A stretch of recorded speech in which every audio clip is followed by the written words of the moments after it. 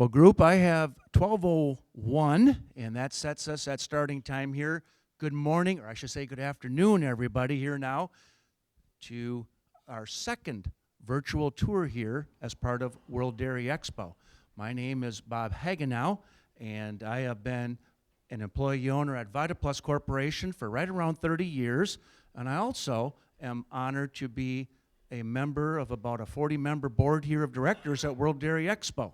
So on behalf of World Dairy Expo, we welcome you here officially, especially some out-of-country friends. I know we got some from Honduras, and I think a few more maybe scattered through the room here, and we certainly welcome you here to our event. And on behalf of VitaPlus, we welcome you here to this virtual tour that is going to be presented by the Keller family of Kellercrest Incorporated, located over in Mount Horeb, Wisconsin, about 30 miles or so just west and south of here. The Kellers have a very interesting story, a very interesting journey they've been on.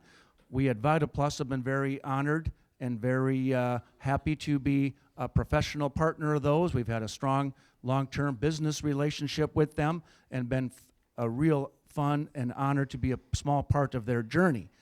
I'm going to turn it over to Tim Keller here shortly, and he is going to be talking about their extreme dedication to cow comfort, which lends itself or results in a lot of cow longevity. He's also going to talk about, the family is going to talk about their commitment to being great environmental stewards, and then also their deep dedication and commitment to agriculture advocacy and their commitment to helping young people from the various different areas learn and use their farm as a learning lab. So with that, we're going to turn it over to Tim Keller. He is going to introduce the rest of the members of the family and start us out on the virtual tour here of Kellercrest Incorporated. Let's welcome them, please. Well, first of all, I want to thank World Dairy Expo. It's a great honor and a privilege to be part of the 50th anniversary. Let's see here. First, we're going to introduce the family. I'm going to introduce my wife, Sandy, first, and then our children, Andrew and Kimberly, Mark, and his wife, Corrine, and I'm Tim. I'm going to just mention what we all kind of do a little bit here, but Mark, Sandy, and I are the primary managers on the farm. Corrine works for the Meritor, and then she helps when she can. But Mark is generally does the feed work and the nutrition work. Well, actually Bob does her nutrition work, but he does a lot of the agronomy work. And we're all part of it, the same thing. We all interact with what we do at home. But Sandy is our main calf care manager there. She takes care of the bookworks with the bills, the checks, the payroll.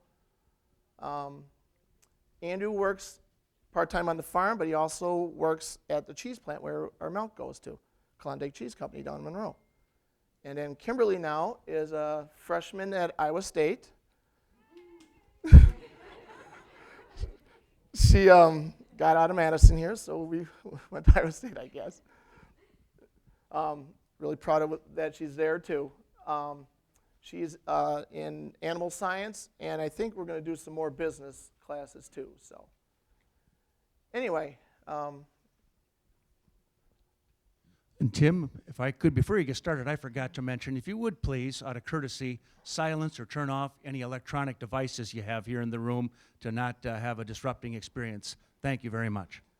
And I also like to say a few thank yous, too, besides World Dairy Expo, but the VitaPlus company for sponsoring us today. I'd like to thank Andrea Bloom, Bob Hagenow for help organizing our virtual tour. I'd like to thank my parents, Daniel and Jeannie. And also like to mention that Dad has a title yet. He is our waste management specialist. He hauls the shit. So he is still an active part of our business too. And then we also do have 4 employees. Right now they're from Uruguay and Nicaragua.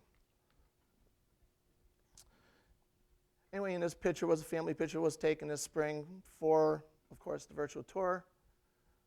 The picture here is a couple of our young 2-year-olds that we take a great amount of pride in here. It's Doorman Palace on the left and Punch Lotus on the right. They're both 86.2-year-olds. Lotus actually will be, when she goes excellent, and I expect her to go excellent, will be a 3rd-generation excellent Kellercrest bred animal and a national production winner. Same two again, and that happens to be a Jedi calf out of Palace there on the left. She's about 26 and a half on her GTPI right now. Anyway, the farm was established, of course, you see back in 1960, parents established the farm. The history of the Kellers goes back to the late 1840s. Our children would be a 7th generation now that's actually farming in that area. We're in the township of Perry, south of Mount Horeb. I got my first calf in '72. I was 10 years old. Her name was Susie. Let's see. 2 years later, I purchased my own calf from the same breeder. Actually, Susie cost $150, I do believe, and we still got the check with the registration paper. And the next calf I bought myself back when I was 12 years old for $250 from the same owner. It was John Hamilton here in Verona. And we do still have some descendants of Susie today yet. And that's 44 years ago.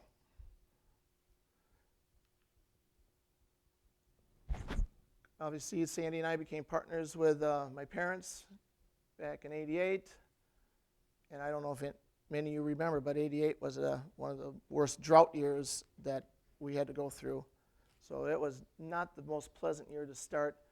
We were newlyweds by a couple years, and a lot was happening. '97, of course, purchased 100%, cash rent. 2000 is when we decided we're going to, well, I'm going to back up just a smidge here, but 2000 is when we did the expansion. But I got the bug when I went to what they called the Farm Progress Show back in '97. Andrew was just a baby yet. Sandy was pregnant with Kimberly at the time, and we're looking at this setup, and it was a well-known breeder in the state of Wisconsin, and they were hosting the Farm Progress Show. So we're looking over the field, and they got the freestall barns out there, and I thought, this is kind of cool.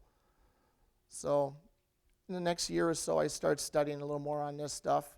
Mentioned to my dad about it, had this plan, and I'm not going to say exactly what he said, but it wasn't really fun, I suppose. He thought it was crazy, we'll just say it that way. But I think after we got going, I think Dad was kind of happy and excited about it too. So Mark joins in 2000. I think what it was for us was a good fit, where Mark was in agronomy, he was a nutritionist. I was into the dairy breeding heavily. Mark actually was in it too, so he always had his foot in the door. So it came to the point where I said, you're in or you're out, let me know. And the other reason why we did the expansion was my knees were going bad, my hips hurt. I mean, I was arthritis already in my 20s and 30s. So we thought we really had to do something. And I think the biggest thing was our cattle. Our barn was just not set up for, the quality animals that we wanted to deal with. So in studying this, we decided that we wanted sand bedding and was better comfort for our cows. In the results of all that, our production has gone up considerably. As you see, the trophies on the wall really mounted up for lifetime production. I think that's one of our highlights in our herd is lifetime production. We've had people all over the world comment on that, some articles in Europe magazines about it. Something we take great pride in. I think now it's like 102 cows over that 200,000, and you see the 300,000 is 11 now, but there's another 3 or 4 now that in this next lactation will go over the 300,000 mark too.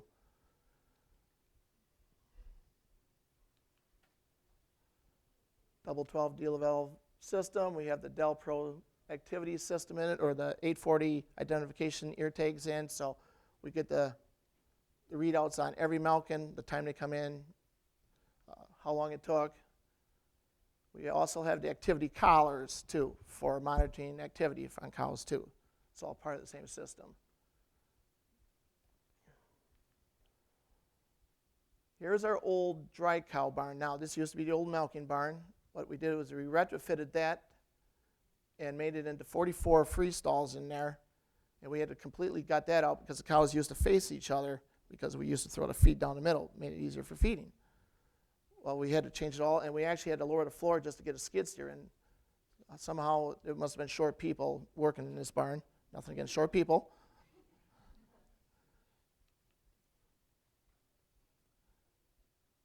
Just some pictures of some springing heifers going out back in the barn, heifer shed. We got some other pictures, and we'll talk about that in more detail later. Cozy calf barn we built about 5-6 years ago now. And we'll talk about that a little more.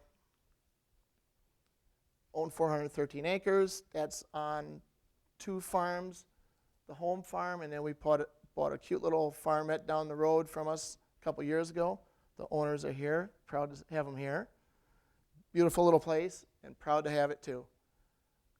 We also rent about 227 acres, as you see, to have enough cropland to at least supply our forages for our cattle. We do buy a lot of baled hay and some like our protein mixes and stuff like that. Horizontal bunkers, we got, I think there's 6 of them now. We still use some of our silos. That picture in the back, there's actually 2 silos behind this one yet. That one there is tipping over, so we're no longer using that one. But the first 2 are actually high moisture corn and corn silage in the other one. And the third one actually is kind of our transition corn silage silo. Cow families. This is something is probably the most important thing to us since we are registered breeders. But we got a Mogul from the Kellercrest Barbie family, a gold chip from the Freddie Javens. We got animals from the Gold Missies now. The Peaches Shauna cow family, Westwood Missies, of course the Barbies, and then also Welcome Stock Farms. We got stuff through them too. But I was going to say the most famous family of all for us is the Shottle Lonnie family, and we call it the L family. I think we counted, we must have well over 200 out of this family now.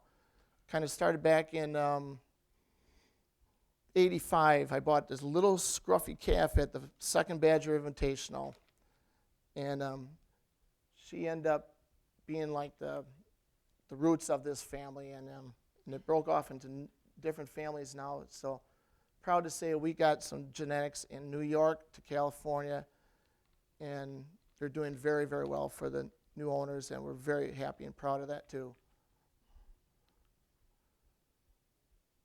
There's Punch Lotus again, notable sires in the herd that we're using, Silver, Monterey, Delta, and I mean, our breeding philosophy there is to use the best bulls available. And generally, cost is an option, but most of the time it's not for us. We'll go out and get what we need to. Cover sires of the cows in the herd, and there's others too, but these are kind of the main ones right now. Past sires influenced us a lot. Shottle was great for us. Manfred wasn't what you call a type bull. He's more of a health bull, but we made a 91-point Manfred out of this too. One of the highest Manfreds, I do believe, in the country at one point. Goldwyn, Bolivar, Bell, and Winkin are still probably my favorite 2 bulls. There's Brashana, Mogul Brashana, goes back to the Barbies again. She's probably going to be, right now, the picture doesn't even do her justice to what she really looks like in person. Just a beautiful young animal.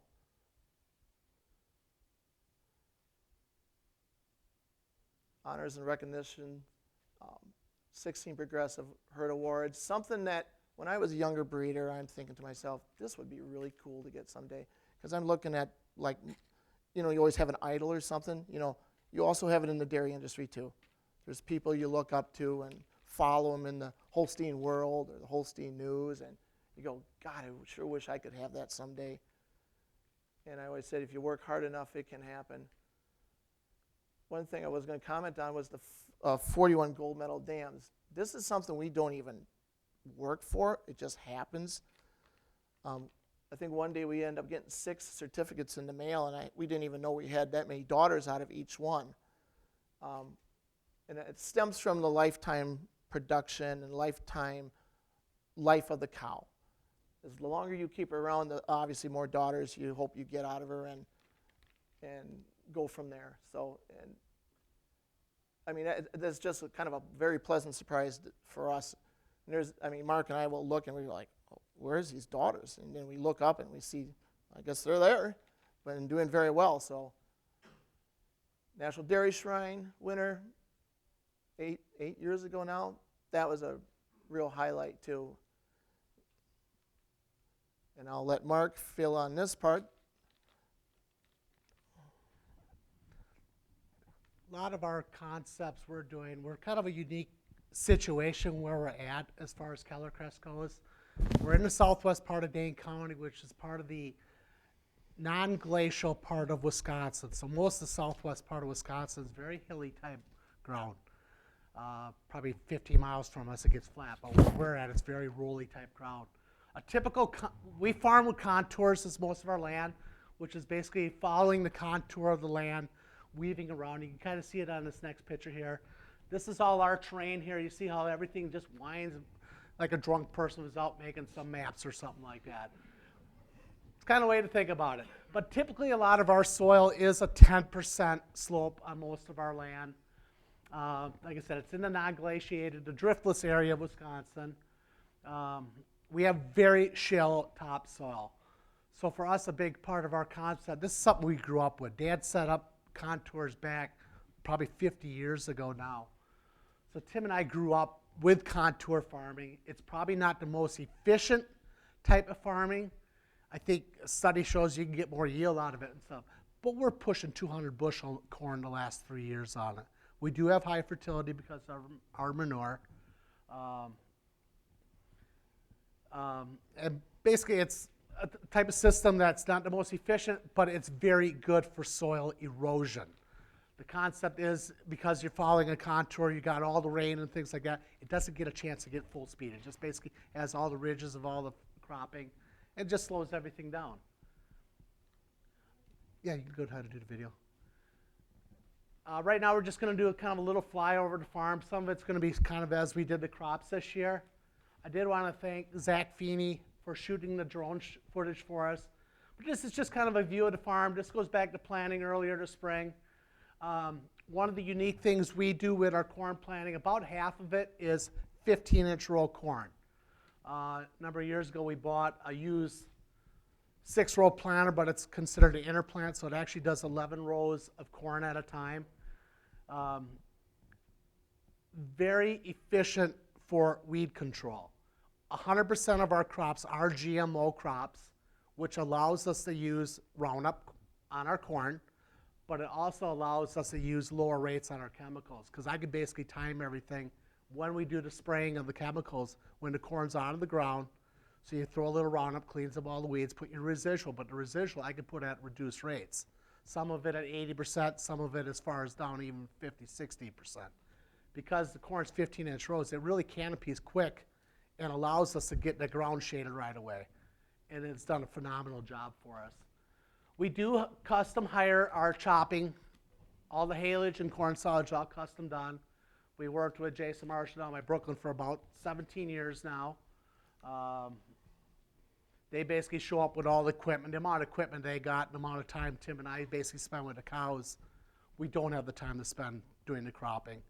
We do our own planting. We'll do the combining. Dad seems to love doing the combining yet. Keeps Andrew hauling loads, and so keeps them doing that while Tim and I are still working with the cows.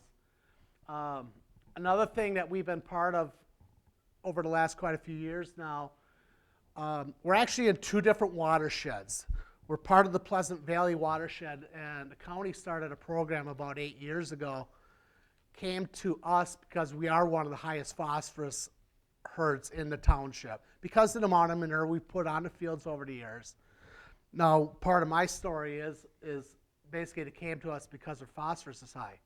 And they keep saying, oh, your phosphorus is high, blah, blah, blah, that's terrible and stuff like that. It's like, time out, guys. Reason why our phosphorus is high is we have not been losing our soil because we've been contoured farming. Tim and I have been considered ourselves stewards of the land for a long time. That's what we grew up with. We believe in keeping our soil. Like I said, the topsoil is extremely shallow. You go down 6 inches, you got bedrock. So basically, last fall, they basically interacted, the TV show called Into the Outdoors. It's basically the same group that does Discover Wisconsin, but this show is basically done in 7 states in the upper Midwest. They came to us last fall, wanted to shoot some footage around and kind of tell us our story about what we do with our stewardship on the land. And a big part of this was the TV show itself was called Pollutions and Solutions. So basically the first 3 quarters of the show was talking about runoff. Golf courses, Milwaukee, they talked about their sewer system and stuff like that, all the pollution's getting in the rivers. Then the solutions part, we actually had about a 5-minute segment at the end, talked about solutions. So it's actually nice to be part of the solution part and not being part of the problem part. And we're just going to show a little video about that, which will take about 4 minutes, but it really kind of explains the story about what we did and why we did it. Not that one, next one. There you go.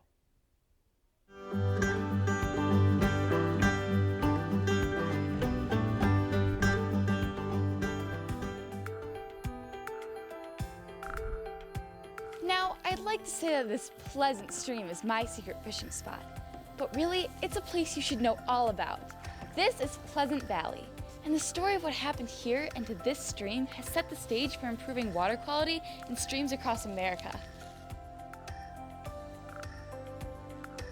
Studies done by DNR in conjunction with EPA collect enough data to show that the main impairment with the stream was sediment coming into the stream from agricultural lands.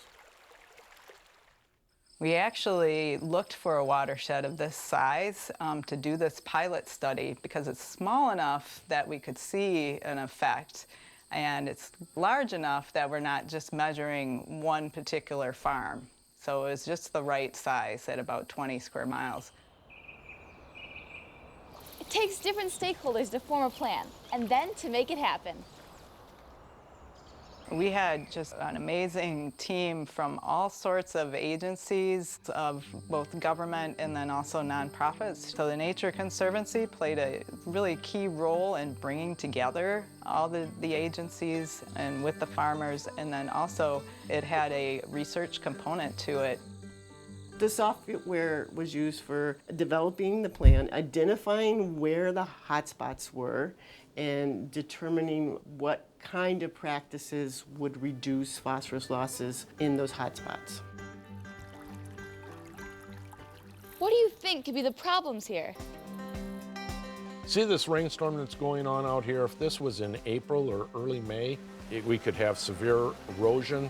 Water would run off carrying soil and the associated nutrients. There are certain organisms and certain types of fish can only tolerate like 60-degree water temps. If we get 70 or 80-degree water temps in here because of excessive sediment and nutrients in the stream, those fish die. Some of the science that helped decode the changes in water quality here happen inside that thing. This is an automated sampler. What's really good about this is that it runs night and day, all times of the season. About 80% of the phosphorus load happens on only about 10 days out of all the 365 days in a year. So having this in, it allows us to be able to capture those events and really measure them well. I think there's some more science around the next bend. I'm going to take a sample of the soft sediment in the channel, and we do this up and down the river to get an idea of how much soft sediment there is and what the concentration of phosphorus is in it.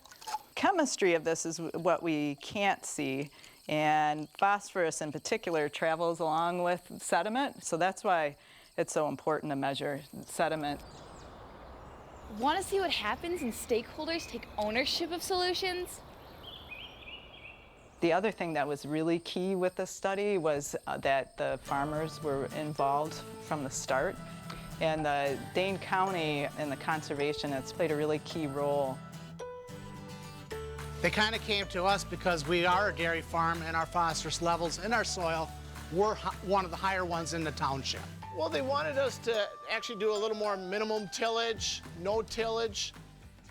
And now with the new Watershed project, some of the newer things we implemented just enhanced some of the early things we've been doing for 50 years. We definitely try to stay off the more sloped ground and try to stay on more of the flat ground when we do the manure. So it minimizes any chance of more of it getting into the river system. Preliminary results are showing that we're seeing a 40% reduction in phosphorus, and aquatic biology in the stream has improved. So the fisheries, and then also what the fish eat, which is why the DNR is looking at taking the stream off the impaired list. What happened here in Pleasant Valley proves that watersheds like this all across the country can be scientifically evaluated. And, most importantly, duplicated with the success of partnerships, resulting in cleaner, quality water for all of us to enjoy.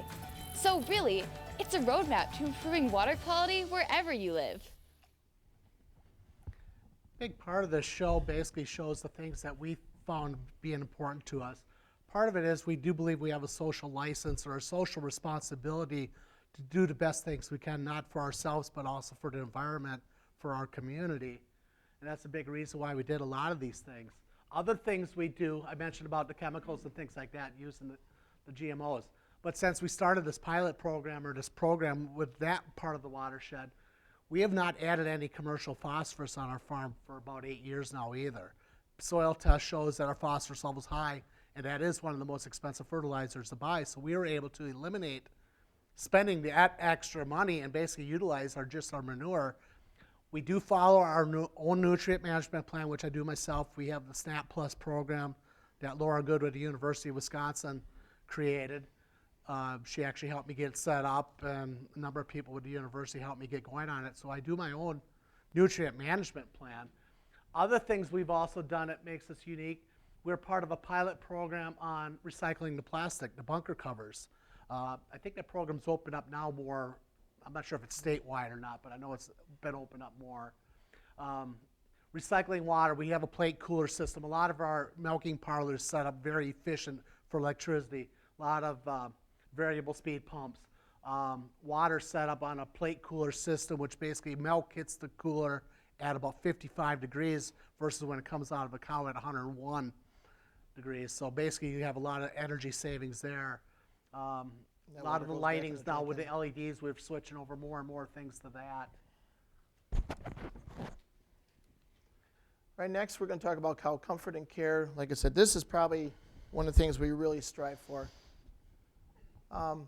We built the barn in 2000. 5 years later, we gutted this barn out completely because we weren't satisfied with the stall designs. At the time, that was what the design was. Well, then we increased the size of the stall. We didn't, our curb to curb in the middle, like from here to the other side, we only had 15 feet. So that's what we had to work with. But what we did was we made our bed longer. So we tore out the curb. We actually lowered the brisket board down about 6 to 8 inches from where it used to be. And they crossed their heads more, but that's what we had to live with.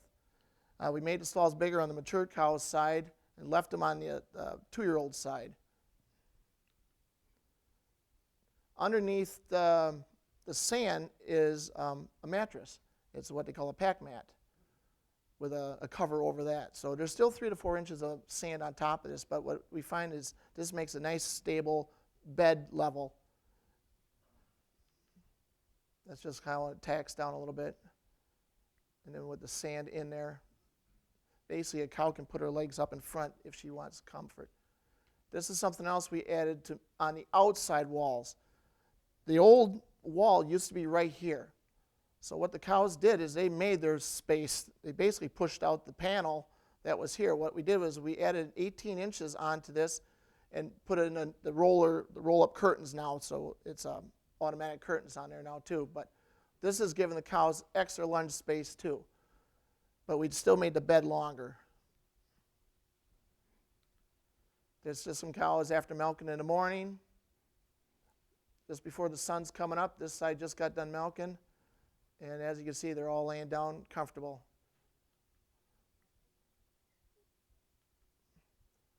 Also added a few other things. The brushes here. And right up on top here, if you can see that, we got 6 of these big fans in there. We got the macro air fans in here. They're 24-foot fans. Most of them they've been adjusting them here and there, but we have 6 of them, and we also have fans on the outside rows now just for added air. The reason why we like these is they're quiet. It does move a lot of air, but it's also very quiet. Put sprinklers in. The sprinklers are right across there on both sides of the barn.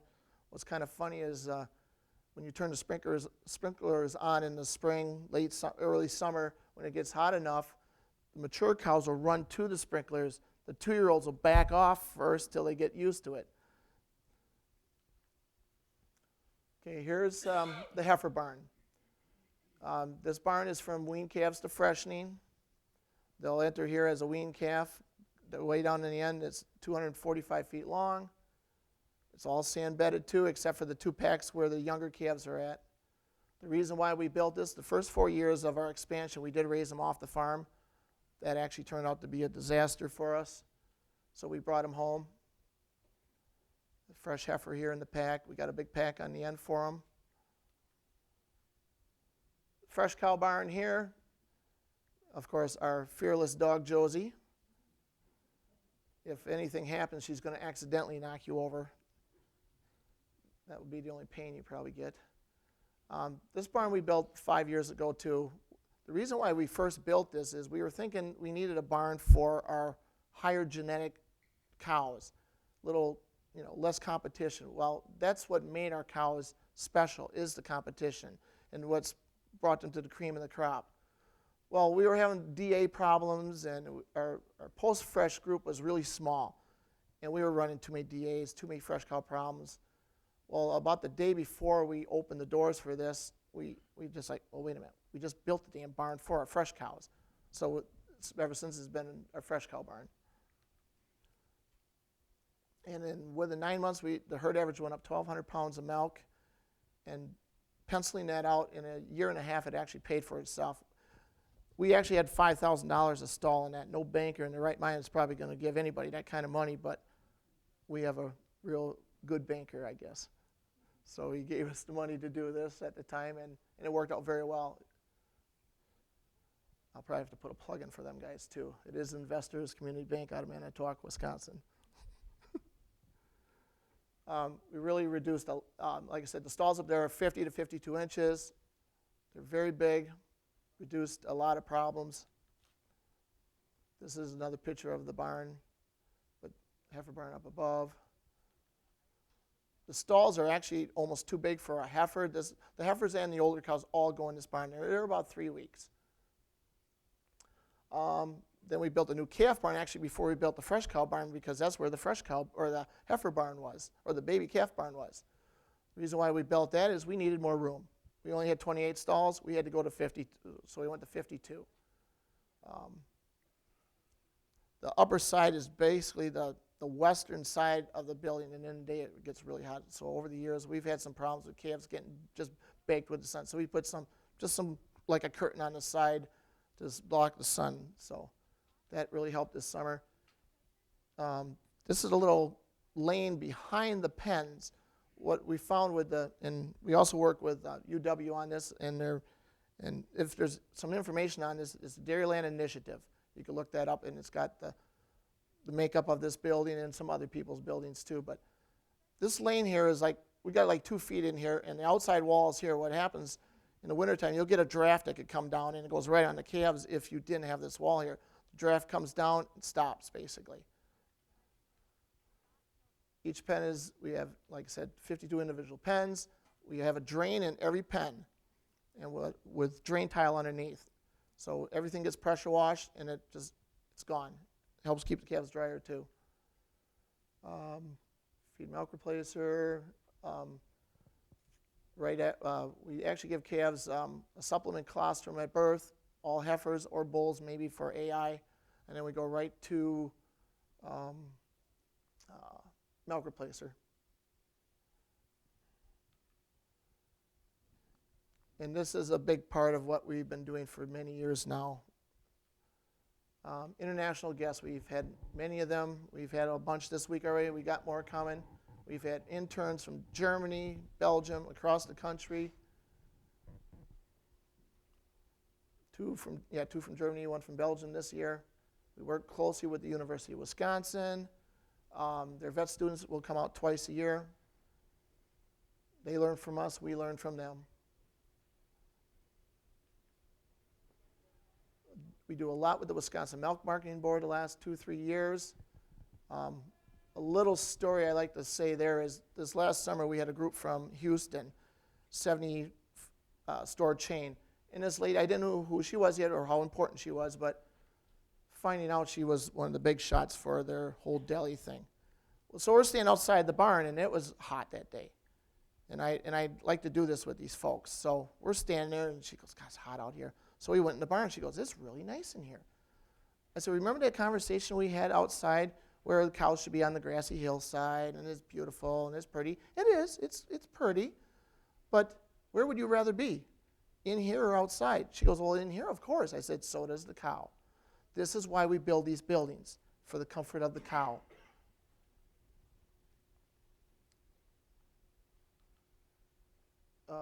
In the show ring, this is something that's probably a passion of ours too. Most people look at us as a high index, big production type of herd. Yes, we are, but that's far from what we really are too. We also love our type. We like the show. 87, I think I cried my eyes out that day when that happened, but we had the Grand Champion cow of Wisconsin. We end up selling the cow to Indian Head Holsteins up in Barron. Still got a lot of descendants to go back and Yeah, forth. a few descendants of her yet. But we get back to our breeding philosophy a little bit. This is what we'll do. We'll take a show cow like her, and our first 200,000-pound cow was a daughter of hers, Carlin M. Ivanhoe Bell. You take a production bull, throw in a type cow, and to us, you get the perfect cow. And to us, the perfect cow is right here, Lonnie. Like I said, she was the all-Wisconsin top performer cow. She was 92 points. She was national production winner. The record she made that year was 57,000 pounds of milk and 3,000 pounds of butter fat. So she had a lot of milk, but also a lot of components. As a herder, we do run a 4% test with the type of production we do. So that's because we ship to a cheese factory, we get paid decent premiums for that. Like I said, Fleta was named Grand Champion in 87. She was also all Wisconsin dry cow in 88. And 1990, she was mature cow champion. And this is a picture from this year. Of course, this is Kim right here with her little pet, Elizabeth. And this is a very proud picture, too. Proud of Kim and the heifer. The heifer is a Kellercrest bred heifer, too. So we won the state fair with her this year. And we showed yesterday she got 9th in the class and also was the top genetic award winner in that class, too. So people say you can't. She kind of shows kind of what we're trying to breed for. Yeah, this is what we're trying to breed. She's got brothers in the AI. We have a lot of sisters and things like that, too. But it's that type of animal that ties in both worlds with the production side and the show side. One of the pictures here is Kim. Actually, Uncle Mark was kind of proud of that because of the crops, but she did have Grand Champion corn at the Dane County Fair this summer. So I was kind of proud of that. Picture at Expo. Oh, shoot. Picture Expo last year, and then we brought Palace down to Louisville last year, and we did well down there, too. We like to supply animals to other kids that don't have the option to show their own animals. So here's a young man here down in Rock County that had this heifer a couple years ago. We do a lot with school kids, this 4th grade kids. This is actually our old calf barn. It was what they call a hoop barn. So this is kind of another reason why we had to update this building too. hosted the Breakfast on the Farm. I don't know if many know what this is, but in Wisconsin and a lot of other states, June Dairy Month, or June is June Dairy Month. So about 50 counties in the state of Wisconsin will have a Breakfast on the Farm. Dane County is no exception. So we hosted it 4 years ago. We had over 5,000 people, but we did not have to do the cooking. There are 300 volunteers that help out with this, and VitaPlus is a big contributor to this too. Community leadership, Sandy and I are 4-H leaders, Wisconsin State chaperones. Some people think going to state fair is a picnic. It's not a picnic or a vacation, but town board supervisor, I don't know how they got on there at first, but since Dad is part of it, he was on the town board for 19 years, I do believe. 22. Stand corrected. Stand corrected, yes. Mark is part of the new Watershed committee now that started up again, but finding out our dad was one of the originals that started up 40, 50 years ago. Mentioned earlier about us being a part of 2 watersheds. One's at Pleasant Valley, which is about half our farm. The other half is where the building site is. There's a road that divides our farm right down the middle, which is kind of our continental divide. So part of it's basically the Pecatonica River side, and the north side is more the Sugar River, which is more Verona, the Belleville, towards Mount Horeb, that whole watershed. And finding out, like Tim said, Dad started this program back, was it probably 50 years ago, 40-some years ago, when they started a watershed. Now we're getting a group of us together and restarting it just to do some more advocacy, showing that we need to basically be good stewards of the land is a big part of it, and we're trying to be proactive as a farmer-led group to create some incentives for people to do some better things. Like some of the things we did was to win a rye. We did some more no-till since we started another project. So anytime I get an opportunity to do no-till, we do. For us, it kind of made sense because all of a sudden you're eliminating several trips across the field. As long as you got the good stands and it made sense on the yields, it makes sense to do it. It's what makes sense to do things right. Sometimes it's right in front of you. Do the right thing. Here's another little thing that we do. This is actually Kim last year, her senior year for our gymnastics team. I'm a gymnastics dad. It was 9 years we were doing gymnastics, traveling around the state. So Kim was proud to say she was one of their stars on our Mount Horeb gymnastics team. We were runner-up twice for champion 1 year, and 3rd place last year. So she was on that team all 4 years. That's a picture actually up in our field. So we threw a few cows in there, and the girls all thought that was pretty cool. This is actually the official team picture for the team that was on their official posters that they gave out throughout the year and had the team schedule on. So that was kind of neat. And of course, we'd always like to thank everybody in the industry that we've learned from and worked from. Of course, we just shared our farm as a laboratory for non-farmers to learn. And part of a lot of what we're trying to do is, when we got going into business and stuff like that, my 12 years I worked off the farm after college and stuff, we had opportunities to learn from other people how to do things, some right, some wrong. Even some bad farmers, you learn some good things, how to tweak things and do the right thing with. But now we basically want to try to pay back some of that, or pay forward, I guess is how some people word it. But also we're trying to do more educating on consumers, because you're hearing, there's so much, it's frustrating for Tim and I because we don't feel sometimes we're even making a dent in some of the things that we're trying to advocate, and just the care that we put in. Because social media and things like that, you read so many stupid things that are going on out there. The environmental groups, the animal rights groups, the vegan groups and things like that, they all have their agendas, and a lot of their stories they tell are lies. Because probably 99% of us out here do a great job in the business. What we do isn't any different than a lot of people, or most people. Most of us in the industry care for our animals, and that's a big part of our story. What we want to show is what most of us just about all of us in the industry do. There are a few negatives here and there, and I would love to see a lot of them people gone too. We're no different than anybody else when it comes to that. another thing I guess we'd kind of like to talk about just a short time is like the technologies that we've all had. I mean, ever since agriculture was a part of our lives, way back in the 1800s, what have we been learning to do? Be more efficient, more efficient, more efficient. So now we're trying to be more efficient in the products that we've been using over the years, and like the GMOs, the BSTs, the antibiotics, and all this stuff over the years that people have been used to be more efficient is now being taken away from us. So it's getting a lot harder, and I hate to say it, it's going to get even harder, because even the German interns that we had, most people probably don't know this, but by 2015, these people were not allowed to put their cows in an old stanchion barn anymore. They would only have to build freestall operations, and some of them got grandfathered in where they could keep their barn till they go out of business.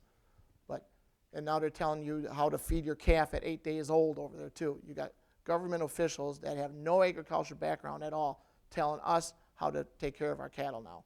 So it's coming this way. What usually happens in Europe seems to follow here. Somehow later. we have to have a pushback on some of this stuff, within reason, of course.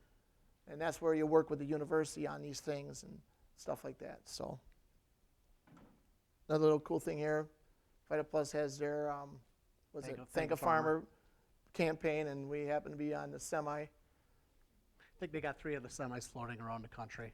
There might be a bullet hole or two in one of us here, but whatever. And I guess I'd like to thank everybody again for coming and listening. So. And it was a big honor for us to be part of the 50th anniversary of World's Dairy Expo too. So thank you.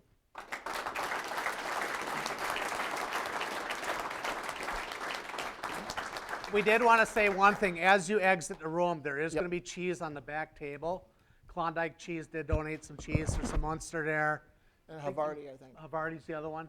So grab some cheese. It's basically compliments of Klondike. Make sure it's gone. Put it in your pockets, whatever And you gotta do. before you do that, we do have 10 minutes or so for some questions. And I know Mark and Tim and the rest of the family would be very open and candid and honest with any question you might ask. So who might have a question? We'll direct the microphone to you here. Right over here. What's been your biggest challenge with non-farm consumers coming on to your farms? Like, what's been their biggest question or the biggest thing maybe you've learned from them as you've had them Well, out? I'm going to answer that one. What I've always asked the people that have come out from the Wisconsin Milk Market, and most of these are food industry people, and I've always asked them, what are your customers asking you? And they say, well, first they say, well, not really nothing, but some of them do want to know what's the welfare of the cattle taken care of and things like that. And as we talk to these people and show them, I'll give you another example. This same lady was talking about the Grassy Hills site, and our old barn has been retrofitted for our dry cows. Well, they can go out on this Grassy Hill site if they want. Well, that day, they were all in the barn because we have the tunnel ventilation from our old barn yet and the sand stalls. They don't want to come out. They'll come out at night when it's dark, when it's cooler. So I said, I'd like you to resonate this to your consumers then.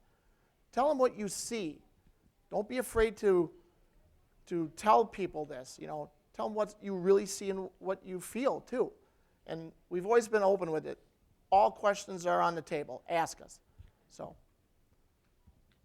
And Mark, maybe dovetailing off of that question, you talked earlier about the social license or the social contractor responsibility that you have very proactively and intentionally done for upwards of 50 years here. Do you believe that has helped you minimize some of the issues you may have had? Has it really paid off for you? How might you assess, again, your ability to farm in that area comfortably due to the proactive work you've done?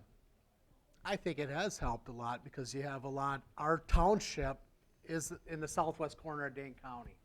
We do have a lot of people from Madison that have moved out and brought out some of the more, if you know Madison, it's a very liberal type city. It's a university city, it's a government type city. So they have more of a liberal philosophy, and a lot of that philosophy has come out to our township. And for the most part, people have left us alone because we have been trying to be good stewards of the land. Telling Bob earlier, we had a lady, back when we got established, we had an old open manure spreader, and it would spread a little manure on the road. Sent us a nice little thank you note, basically saying thank you for putting manure on the road and stuff like that. Didn't sign her name or anything, but Tim and I basically had a discussion. She's right. Shortly after that, we ordered a tank, which basically solved that issue. So we hear it, and we will. And we understand it too. We understand. She was right. So we took care of it. We can't help mud sometimes, and I think most people understand that part, but we try to do as many things as we can to absolutely minimize anything. You talked a little bit about planting a cover crop when you take off your corn. Now, is that strictly for erosion control, or do you get a crop No, from that cover crop? big part of what we're doing, like we just seeded down just the other day, we did about 40 acres of winter rye. For us, besides being a cover crop for the wintertime, it's where we took corn silage off, so that ground is pretty well open for the wintertime. But we put 40 acres worth of winter rye in. We will harvest that next spring actually as a forage, which for us is actually kind of a multiple fold thing, because winter rye actually is a very good source to eat up extra phosphorus. So it actually helps take care of some of the phosphorus besides being a cover crop, but it's also a great feed for our heifers. You see in pictures of the heifer sheds. If we don't watch our diets in it, they can get fat because that heifer shed is so comfortable for them. They can put weight on, they don't have a lot of exercise. Clean, dry, and comfortable. Yes, as Bob says, clean, dry, and comfortable. That building is the epitome of that. So they grow very well, and you have to watch the diet. Winter rye comes in and makes a nice feed for them because they're actually kind of diluting down the diet, keep that stretch in the gut, keep them growing, keep them healthy. I wonder if you're using any genomic testing in your genetic management? Yes, we are actually. When genomics came out in '08, we were actually a very pro advocate of it. We actually welcomed it. We always thought our herd was underestimated based on the old system, and other people were overestimated, hothouse effect, whatever you want to call it. So I thought that made sense to me. But we do genomic half of our heifers. About half. Maybe half of our heifers. Generally, the better cow families that we know, and we'll use that as a marketing tool. With a lot of our sire stacking and stuff like that, we probably should do 100%, but just the economics, you do what you can do, but And we are probably about 90%, half. About 90% of the bulls we use now are genomic bulls. And we also believe a lot in the type on the genomics. The type is the most accurate part of genomics too. And we still like cow families. That's a big part of what we talk about is cow families. So a lot of our sire selection is out of certain cow families, certain sire stacking that we like that seems to work good for us. Well, we sold 2 heifers a couple years ago. It's been more than a couple years ago. But some of you might have heard of Man Lacey, Kellercrest Man Lacey. And we sold her, and another one we had bought for $27,000. 4 months later, we sold both of them for $50,000. Guy came in with a $100,000 check, and they're gone because of their numbers. And the people that bought Man Lacey have done very well on them, and happy for them too.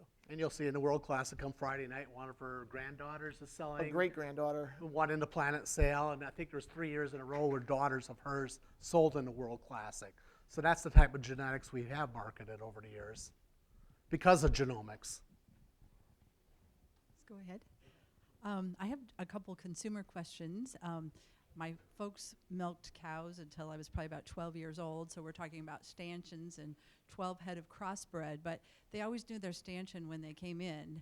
The same as the cows go out during the night, do they always come back to the same spot? In our we yeah. have our freestall barn now. Those cows do not go outside. Okay, those don't go out. Okay. No, but our dry cows, yeah, they can go outside at will, but cows are creatures of habit too. Yeah. And even in the freestall barn, there are certain cows that want that spot. Yeah. And she makes damn sure she gets that spot too. Yeah. And when they come up to the milking parlor, the same cows are the first ones in, and the same cows are last are the same ones last. Yeah. So, yeah, I mean. I think Chris Isley could probably answer that question. We did a study back when we did the freestyle barn. We were part of the tail docking study, which was considered very controversial at that time. Half our herd got tail docked, half the herd did not. Okay. They took 10 cows and marked up their backs and basically had 4 cameras set up on the one side of the freestyle barn and shot across. And they studied those cows to see where, that was more the laytime study, wasn't it? Yeah, that one was. Studied them, where they all went. They marked their paths, where they laid and stuff like that. And surprisingly, a lot of them did follow back to the same spots all the time. So they have, and even if Tim or I got to go out and do some shots on the cows or breeding cows, like, well, this cow normally hangs out in this area. So you go looking at that area before you go scattering around 300 somewhere cows in there, and we still have an idea where these certain cows are. So some things haven't changed. No. Yeah. So you still milk twice a day? We milk 3 times a day. We Three started, times a yeah, day, we started at okay. about 4 years ago. Wow. Yeah. And we found the benefit of that was the stress on the udder. We lowered our cell count almost in half, and it just took the stress off the cow too. One other quick question is we were watching the Jersey show this morning with these lovely udders in gallons now, because I don't think so much pounds, but in gallons, one milking out of one of your Holsteins, how many gallon? Well, we're averaging Approximately? right now 100 pounds of cow a day, Okay, but which what's is that in which is going to gallons? be about 11, that would be about 11, 12 gallons. gallons Yeah. a day. for For milking. That's milking, going to be almost four Almost 4, yeah. gallons. All right. Thank you. Wonderful. Great presentation. Thanks. Super.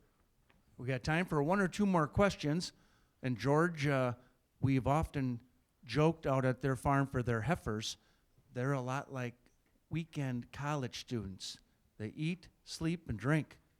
Not necessarily in that order. That's all they do up there. Eat, sleep, and drink. It's very comfortable, and we have had to really watch weight. High genomic animals, high growing animals. It's almost a new challenge when we start looking at Genetic feeding. animals tend to grow weight faster. Exactly. They're more aggressive. We've also had a discussion with people buying our bull calves for steers. We've had a number of people basically buy them as these little, 3-day, 4-day-old calves, and they come and it's like, I want to buy your calves because your calves will outdo anybody else's animals. Just because of the genetics that are involved in them, they are more aggressive eaters. They're made to make milk, and they want to make milk. Now, some of these are bull calves. They're not going to make milk, but they still have that same attitude where they want to eat, they want to grow. So it's the other way around on that side of the equation. Go ahead and shout it out. The impressive 4.1% butter fat, is that, you credit a lot of that to breeding over the years?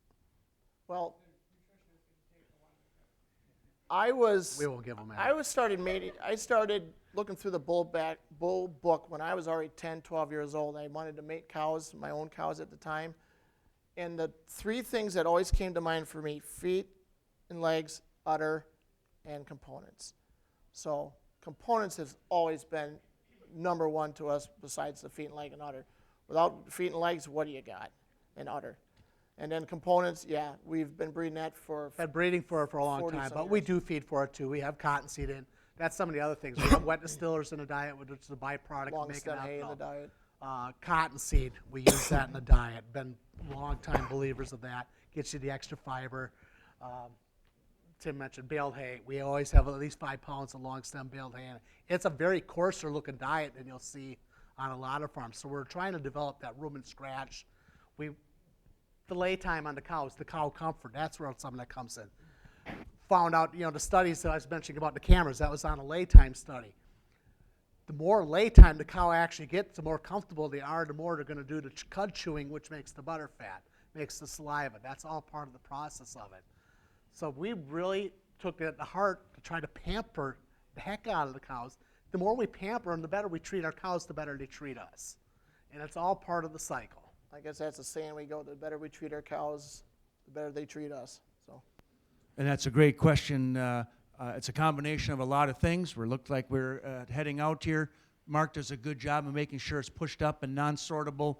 101 little things go into that every single probably day. feed push-up. I mean, we have our religious schedule Exactly. on feeding time. If my mixer breaks down or something happens in the morning, my skid loader's out of commission, I get a little agitated because I need to be feeding those girls on time every day.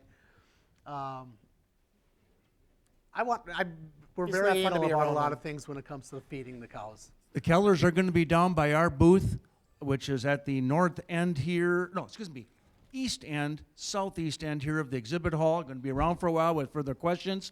As they mentioned, their milk, high component milk, goes into cheese, Klondike cheese to be exact. And there's numerous samples here. Please feel free to grab some of those chunks as you go out. We thank you very much here for coming in and listening to the Kellercrest story as part of our second virtual tour here at the 50th World Dairy Expo. Let's end with a nice round of applause. Thank you.